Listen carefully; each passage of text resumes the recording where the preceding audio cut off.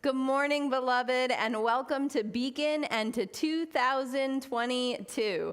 I'm Reverend Dr. Robin Tanner, she, her, here with my colleague who's off camera but not for long, Reverend Emily Bogus, she, her, to welcome you this day to a community gathering of our light, our individual lights, family lights, beacons all across the world here to come together to this beacon, a beacon of love, a beacon of justice, a beacon of hope, and a beacon of compassion. Welcome to a community that says yes to beauty in diversity, who are opening our doors to those who are unhoused or food insecure, who are marching for voting rights and reproductive rights, who are on any given Sunday atheists and Buddhists, theists, Jesus followers, Jewish, Hindu, and humanist, who are loving beyond binaries and raising up a generation of resilient and compassionate, courageous children. Together, all of us loving the hell out of this world. Speaking of which, how's 2022 looking, friends? Check in via our chat with your name and your pronouns and maybe a word or phrase on how in this robust 48 hours of the next year you are experiencing this new year. So many of us, I know, are hoping for a little bit of light this year, a new sparkle, or maybe just a life beyond the living room. Perhaps your last 48 hours have been fulfilled with every hope for a new page in the new year. Or maybe like me, it was a little bumpy at times that first day, a little rough. You are not alone. Gather in this day, beloved, to a beacon where we affirm the light is not out there, but within, through, and among. You are the light. We are a beacon. So let's magnify it today. I'm going to begin by lighting our chalice here in our sanctuary at Fort Waldron, and I encourage you to find a candle or perhaps a home chalice or even an app on your phone, the switch of the light in the room, to begin to magnify together as Helen Carr leads us in our words of blessing.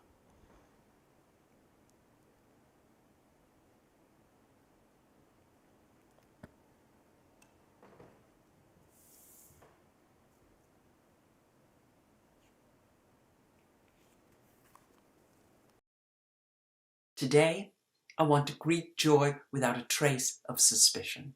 I want to open my eyes to the light without a blink of dread.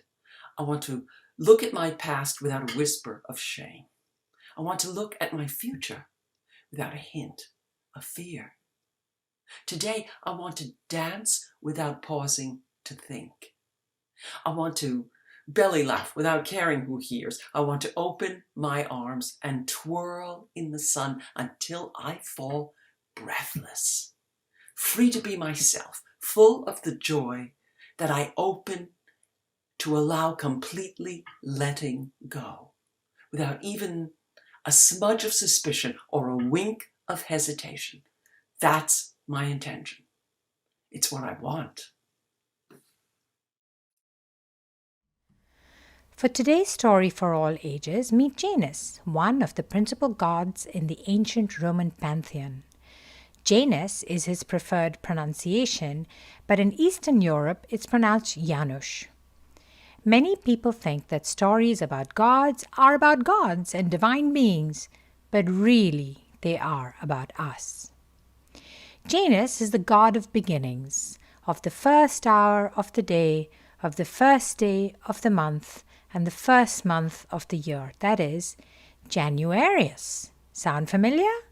Our month, January, is named after him. Janus was the god who protected the gates and doors of cities and homes, the places that you have to cross over to go from one area to another. Think about your own home. You walk in, you hang up your jacket. Where do you put your shoes or backpack? Now, the strange thing about Janus is this: he has two heads, one to look forward and the other to look backwards. In his right hand, he holds a key with which to close the door of the old and to open the door of the new.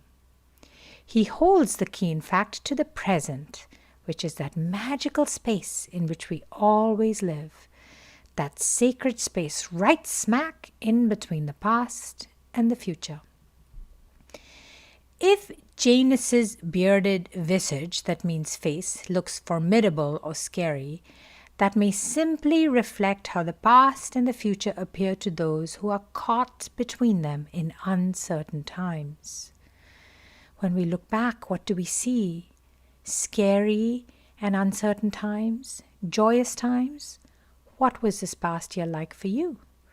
When you try to peek into the future, what do you hope for?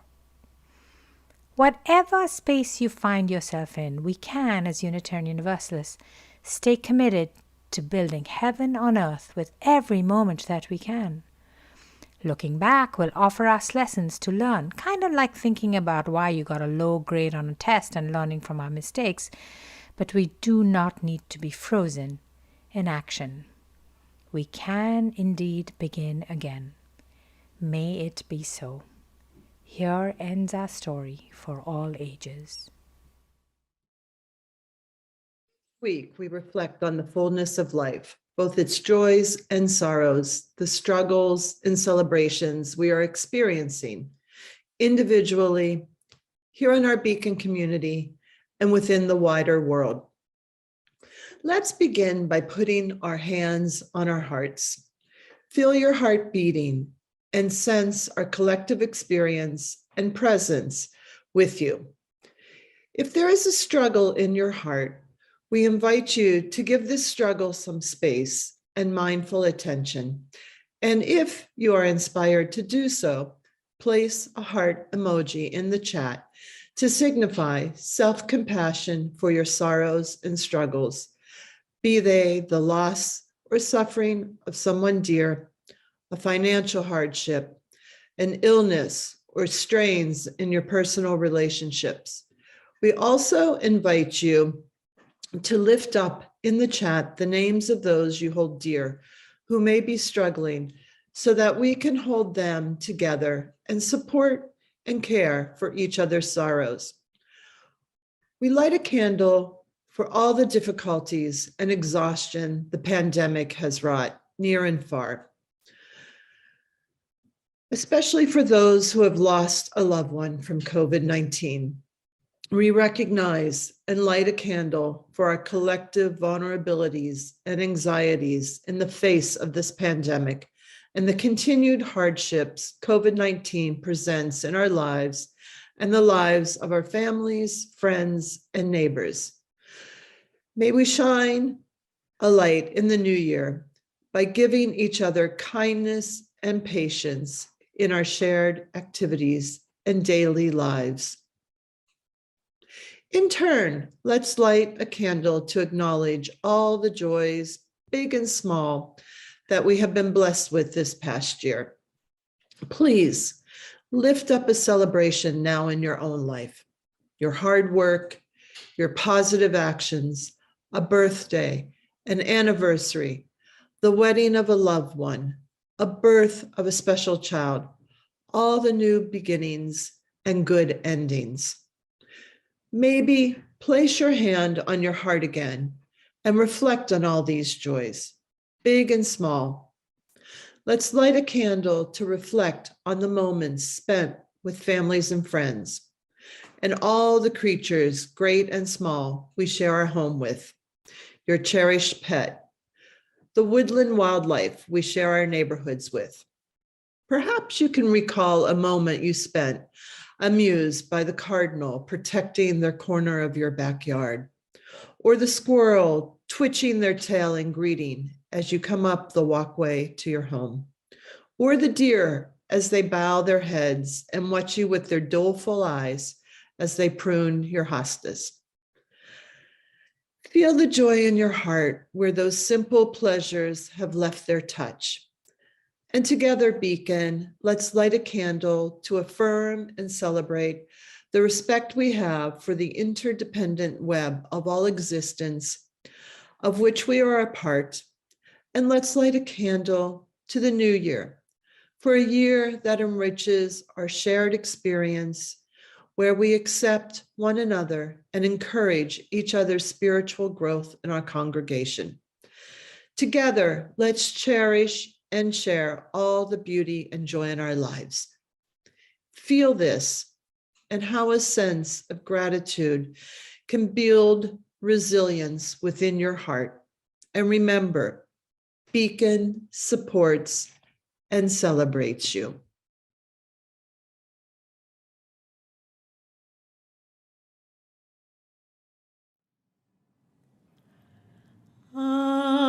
Abide with me, fast falls the eventide.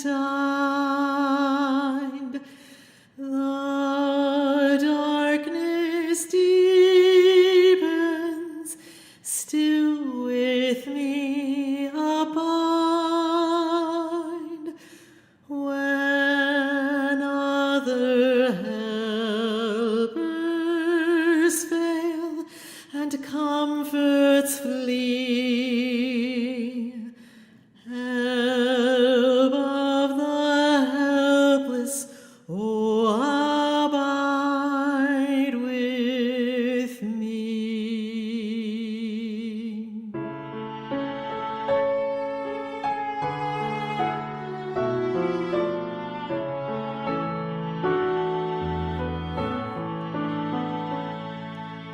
I fear no foe, with thee at hand to bless. Ills have no weight, and tears no bitterness. Where is death's sting? Where, grave, thy victory? I triumph still if thou abide with me.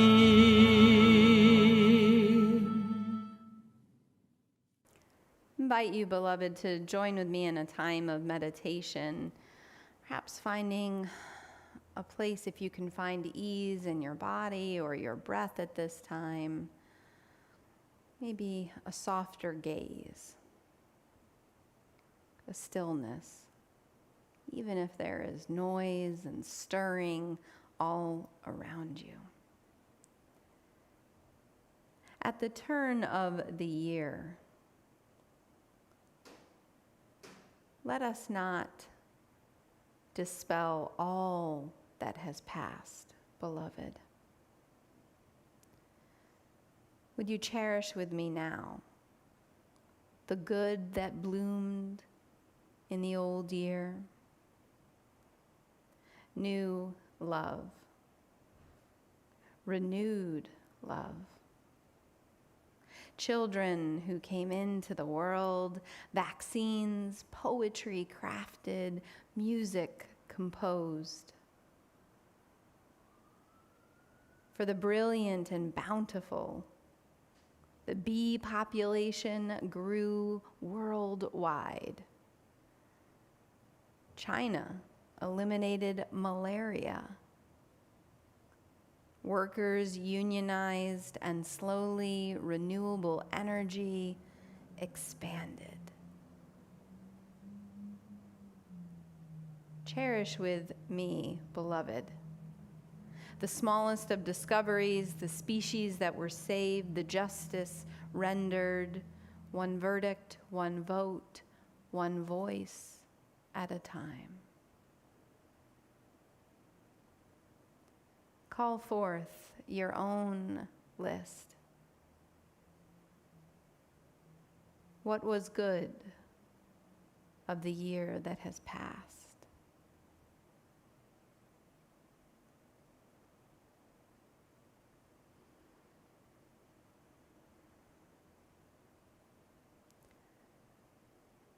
among the blessings surely. We name you, for your life traveled from that year to this moment.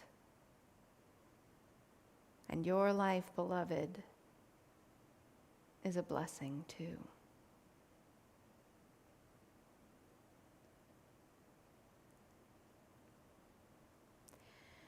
And yes, in the passing of this old year, we name the losses, the deaths, the endurance of this virus, the political vitriol and state violence, insurrection, the erosion of human rights, hurricanes, tornadoes, and fires, fear rising.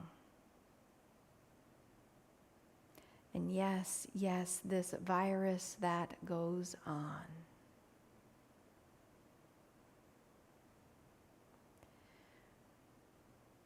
We cannot merely release the losses. And so here, in a space we have crafted together, we bandage the wounds. Here in the space of compassion, we visit the lonely and brokenhearted within and among us.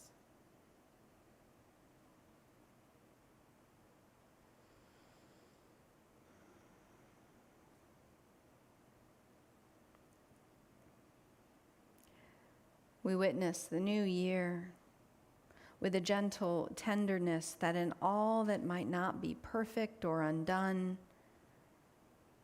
we yet feel this body, this breath, this beautiful world around us.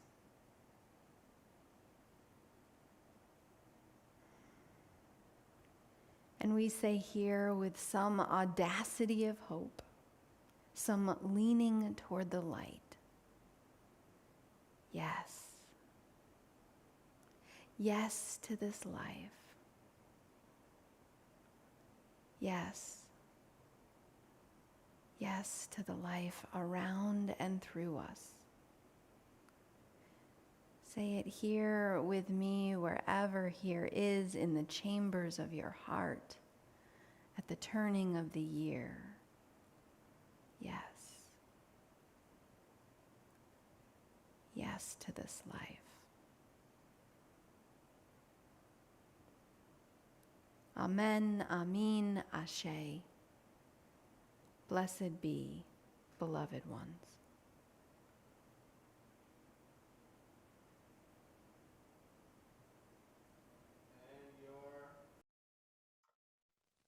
Beacon is both a physical place, but more importantly, a community of people who gently lift me up and softly set me down again.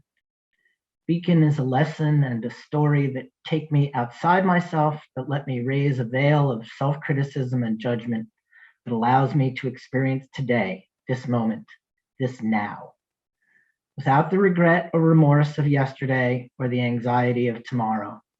Beacon is a community that stands with me and lets me stand with others as part of a process of discovery that encourages me to also find my true inner self.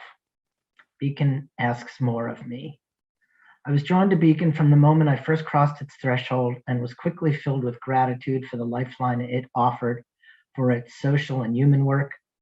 Here I have found a sanctum of peace and worshipful spirit, kindness, grace, and blessing.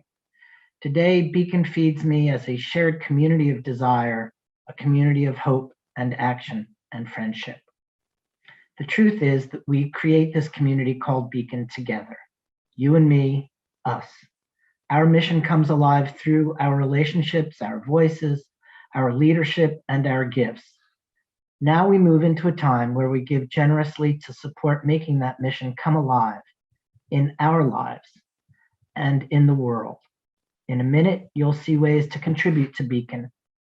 We invite you to lean into this practice of generosity. I know firsthand it makes a difference. Thank you.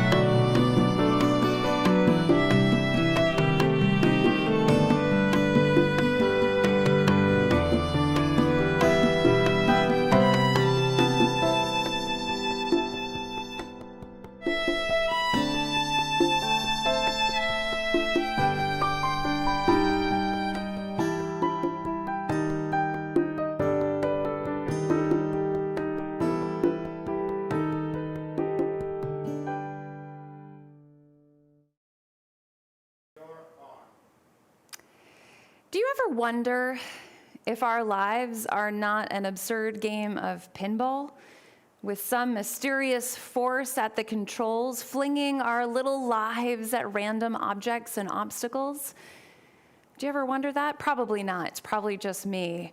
But I do feel like often I am living a life in which I am so focused on everything that is external and all the things that are coming at me and all the ways that I should be, that it feels like a game of pinball, and there's nothing we can do, or is there?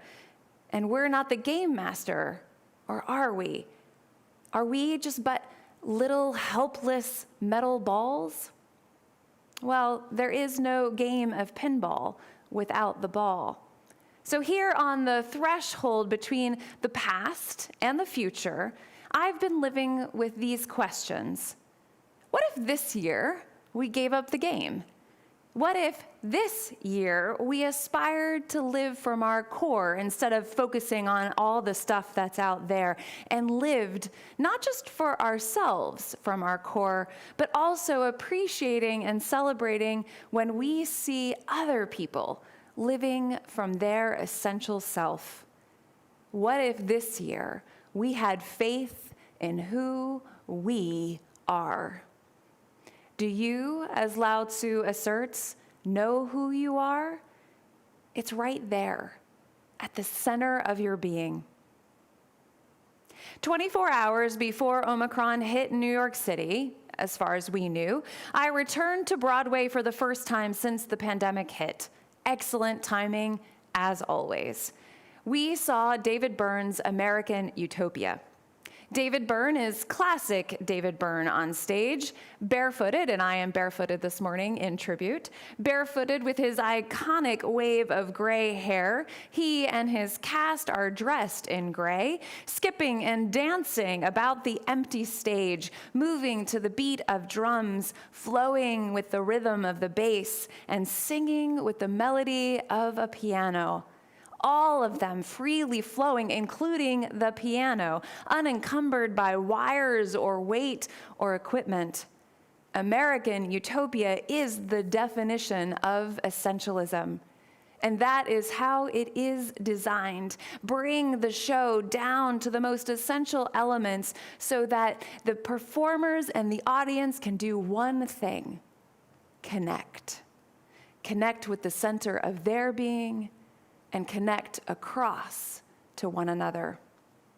When we are born, says Byrne, as he welcomes you into the show, the human brain makes millions of connections across its spheres, at least 1 million neural connections every second. As we age, however, as we move into adulthood, the brain's connections slow down. We become set, if you will.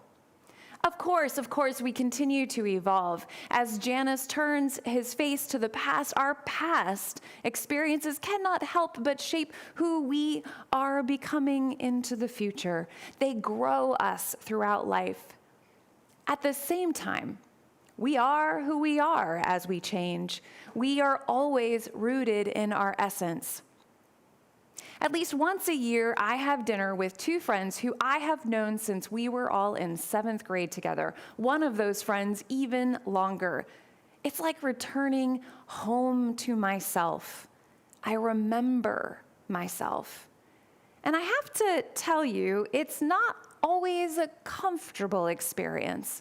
While each of us has grown in leaps and bounds since 7th grade, thank goodness, our essential selves are still there. My friends have stories on me that I'd rather not remember and have conveniently forgotten. Stories that submerge me right back into feelings of shame or guilt or resentment. And furthermore, when our dinner inevitably rolls around, there are times when I am not my most sparkly self. Even with maybe a new haircut and makeup and a sparkly top, I show up with my insecurities and my fears and my grief all on display. There's no amount of sparkly top that it's going to cover that up. But nevertheless, I go to dinner because the miracle is in the connection. Not the connection from one side of my brain to the other, but from one person to another across a table, from one friend to another across time. The miracle is that knowing all that they know about me, they love me nevertheless. They love even my faults and fears and insecurities. And I love them. Is that not the gift? To be loved, to belong wholly and without question, not as our perfect, sparkly selves, but for who we are, inextricably. Before American Utopia, I had never heard David Byrne's song, "Everybody's Coming to My House." I want you to take a moment and just take that title in. Imagine that everybody's coming to your house. Imagine post-COVID, maybe. Imagine them driving in their car. Imagine them rolling down the window to greet you when they arrive. Imagine yourself opening your door and letting them in. How does that feel, everybody coming to your house? David Byrne admitted to us, that audience that night, that the thought of everybody coming to his house is a little terrifying. As soon as the company arrives, he begins wondering, when are they going to go home? It is a song about his anxiety. Everybody's coming to my house, and I'm never gonna be alone, and they're never gonna go back home. In 2018, a performing arts school in Detroit, Michigan, approached David Byrne about singing "Everybody's Coming to My House" for a music video they wanted to do. He was delighted. Upon its completion, Byrne watched the video. The youth sang his song word for word as it is written, and he sat back in astonishment. His song had become utterly transformed as these teenagers embodied their essence. The song went from being one of anxiety, which was his essence in that moment, to a joyful song of radical welcome and open-armed belonging that never goes away. Everybody's coming to my house. Everybody's coming to my house. I'm never gonna be alone, and they're never gonna go back home. Nicole is putting the links to both videos in the chat, and I encourage you to watch them. Upon telling the audience this story, David Byrne said to all of us, "I'm gonna sing my song for you now, but I'm gonna sing it the way I sing it. After all, I am who I am." It was such a simple acknowledgement that it brought tears to my eyes, both of himself and also of the youth. Both versions of the song Byrne recognized held intrinsic beauty and truth. Both songs described the human experience, and maybe there were more versions of it out there. And David Byrne, a man with power and privilege, he did not require his version to be the one true version, nor did he reject his own. In singing the same song, these two people had made a connection, and they had been transformed by it. Now, let me be clear again that claiming and centering our essence doesn't mean that we can't change our behaviors. After all, Byrne himself has been taking stock of his own life and how he has caused harm. He said to us, "I am changing." The world requires us to change our behaviors. But nevertheless, the story and the experience of American Utopia begged me to ask the questions, what if we embraced who we are? What if we had faith in who we are, instead of constantly questioning whether or not it's okay to be ourselves? And what if we aspired to live our lives from that place? These are the questions that a group of us will engage this month in the virtual Choose Love workshop that I am leading, and I invite you to join us. The link will be in the chat. Beloved, at the center of your being, you know who you are. So make one promise to yourself this week. Set an alarm. It doesn't matter what time, any time. But when that alarm goes off, place your hand on your heart, beloved, and breathe. Take that deep breath, because there it is. Reconnect to your essential self each and every day, and let the rest go. Live, beloved, from this place. Make that promise. And then make one more promise. Make it to another person. Every time you witness someone else living from their essence, tell them that you see them. Applaud them, thank them, and tell them to keep living from that place, because their courage empowers your courage. Beloved, may you live from who you are, from that essential essence. May you aspire to that. And may that be the legacy of 2022. Amen. 6, 7, 8.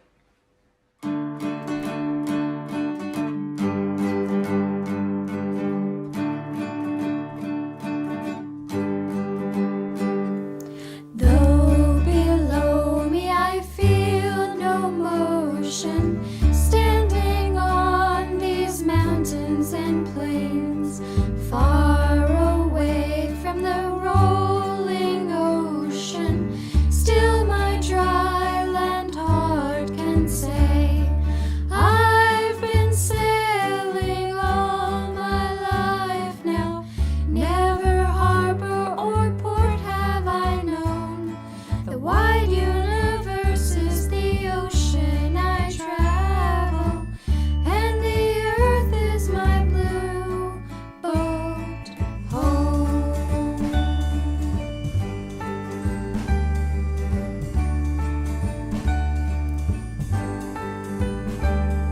Sun, my sail, and moon, my rudder, as I plied the starry sea, leaning over the edge in wonder, casting questions into the deep, drifting here with my ship's companions, all we kindred pilgrim souls, making our way by the lights of the heavens in a beautiful blue boat home.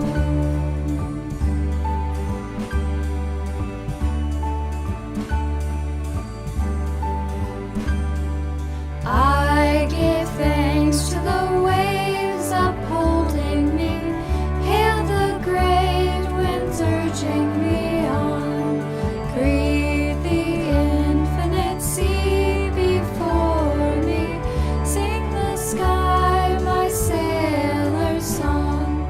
I was born upon the fathoms, never harbor or port have I known. The wide universe is the ocean I travel, and the earth is my blue boat home.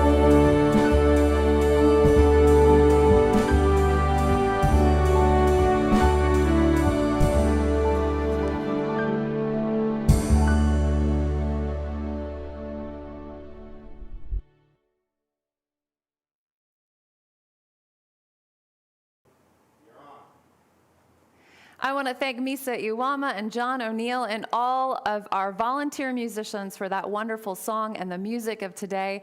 I want to thank my colleague, Reverend Robin Tanner and Tuli Patel, for their amazing leadership. I want to thank our entire staff and all of the volunteers who make this possible each and every Sunday, given all that we are going through.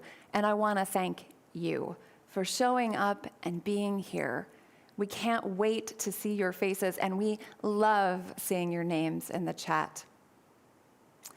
We end today's service with the words that we began it with from Amy Lloyd. We say these words as a benediction that we go out into the world embodying. Today, I want to greet joy without a trace of suspicion. I want to open my eyes to the light without a blink of dread. I want to look at my past without a whisper of shame. I want to look at my future without a hint of fear. Today, I want to dance. I want to dance without pausing to think. I want to belly laugh without caring who hears. I want to open my arms and twirl in the sun or maybe the snow. I want to twirl until I fall breathless, free to be myself, full of joy that I open to allow, completely letting go without even a smudge of suspicion or a wink of hesitation. That is my intention. It is what I want. Go out and live with joy from your essence, beloved. Amen.